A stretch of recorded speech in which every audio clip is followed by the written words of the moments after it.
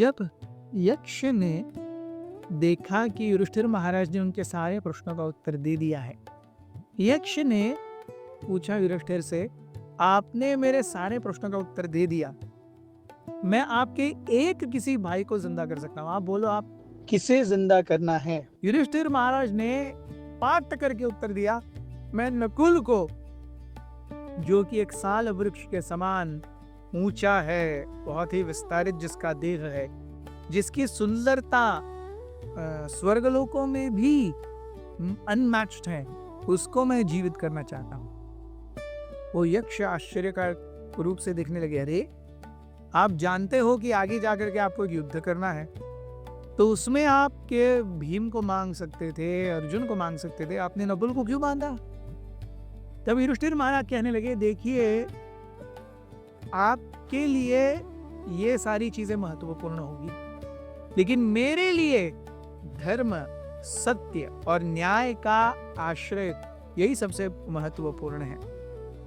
मेरे पिता की 2 पत्नियां, मां कुंती और माद्री। कुंती तो है अभी, मैं उनका एक पुत्र जीवित हूं, लेकिन मेरी मां माद्री, वो मेरे मां कुंती को मेरे अपने दोनों पुत्र दे करके सती चली गई। क्या उनके पुत्र को जीवित रखना मेरा कर्तव्य नहीं है? उनका भी एक पुत्र जीवित रहेगा तो वो कितनी खुश होंगी। तो इसीलिए मैं चाहता हूं कि आप नकुल को जीवित करें। जब ये उत्तर सुना, यस, तो अरे लेकिन तुम युद्ध में कैसे जीत पाओगे, तुम शत्रु की हत्या कैसे कर पाओगे। युधिष्ठिर महाराज ने उत्तर दिया कि हत्या और क्रूरता, इससे जीवन में कोई लाभ नहीं होता।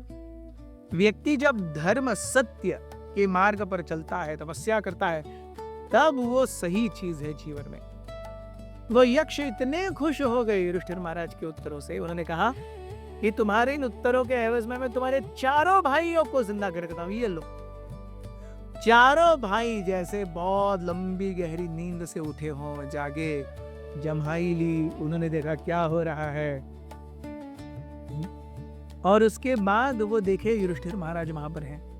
युधिष्ठिर महाराज ने अपने चारों भाइयों को जिंदा होते हुए देखा, बहुत लंबे नींद से उठते हुए देखा। उन्होंने कहा कि आप हैं कौन? आप निश्चित रूप से यक्ष नहीं है। यक्ष के अंदर ये शक्ति नहीं है कि वो किसी को भी जिंदा कर सके। मारने की शक्ति है, जिंदा करने की शक्ति नहीं है। आप कौन हैं बताइए। तब वो यक्ष एक सुंदर देवता के रूप में परिवर्तित हुए और कहा कि हे पुत्र, मैं तुम्हारा पिता धर्म हूं, मुझे ऐसे ही नहीं देखा जा सकता। मुझे मेरा दर्शन पाना ये बहुत ही दुर्लभ है, लेकिन तुम्हारे चरित्र, तुम्हारे स्वभाव, तुम्हारे हाव भाव को देख करके तुमसे मिलने की इच्छा थी, तो सोचा चलो इसी बहाने मिलना भी हो जाएगा। तब धर्म ने कहा कि अगर कोई मेरे राह पर चलता है तो वो यश प्राप्त करता है, लेकिन मेरी राह पर चलने के लिए सत्य, आत्मनियंत्रण, शुद्धता, सरलता, दानत्व, सिंप्लिसिटी, सरलता और दृढ़ निश्चय और तपस, ये सब बहुत ही आवश्यक है। इसी तरीके से कोई मेरे मार्ग पर चल सकता है, अर्थात धर्म के मार्ग पर चल सकता है। मैं किस रूप में दिखता हूं इस भौतिक जगत में? नम्रता, स्थिरता, निरपेक्षता, शांति, तपस, धैर्य, शुद्धता और अहिंसा के रूप में मैं इस भौतिक जगत में दिखता हूं। आपने इन सब गुणों को अंगीकृत किया है और सबसे विपरीत परिस्थितियों में भी आपने इन गुणों को कभी अपने जीवन से अलग नहीं होने दिया। इसीलिए मैं आपको वर देना चाहता हूं, आप वर मांगो।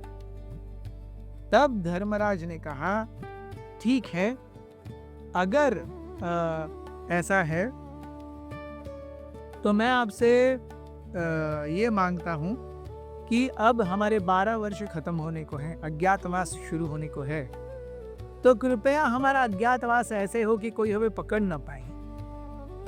तब धर्मराज ने अपना हाथ उठाते हुए कहा, तथास्तु। आप ये आने वाले 1 साल तक आप सबके बीच में भी आराम से विचरण करोगे, कोई भी आपको पकड़ नहीं पाएगा। आप सबकी आंखों से अछूते रहोगे। लेकिन इतना ही है धर्म में, इतना ही वरदान दे करके मैं खुश नहीं हुआ। कुछ और मांगो, मैं कुछ और देना चाहता हूं तुम्हें। मैं तुम पर अत्यंत प्रसन्न हूं वत्स। युधिष्ठिर ने कहा, जो कोई भी अत्यंत ज्यादा चीजों के लालच में आता है, सबसे पहले तो वो अपना धर्म छोड़ता है। तो अगर आप मुझे कुछ और देना ही चाहते हैं, मैं तो कुछ और लेना नहीं चाहता, लेकिन अगर आपकी संतुष्टि है कि आप मुझे कुछ देना चाहते हैं, तो कृपया मुझे ये वरदान दीजिए कि मैं हमेशा ही कभी भी गलत मार्ग पर न जाऊं, मैं कभी किसी से छल न करूं, मैं कभी भी क्रोध के अधीन न जाऊं, और मेरा मन जो है हमेशा दान, तपस और सत्य के मार्ग पर अडिग रहे, वहां से कभी च्युत न हो। धर्मराज इतने ज्यादा प्रसन्न हुए, उन्होंने कहा, तथास्तु।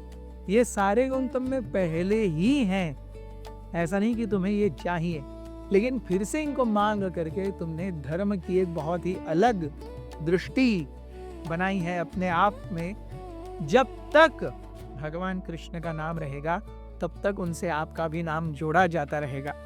इस प्रकार से आशीर्वाद दे करके धर्मराज वहां से अंतर्धान हो गए। बहुत बहुत धन्यवाद। हरे कृष्ण।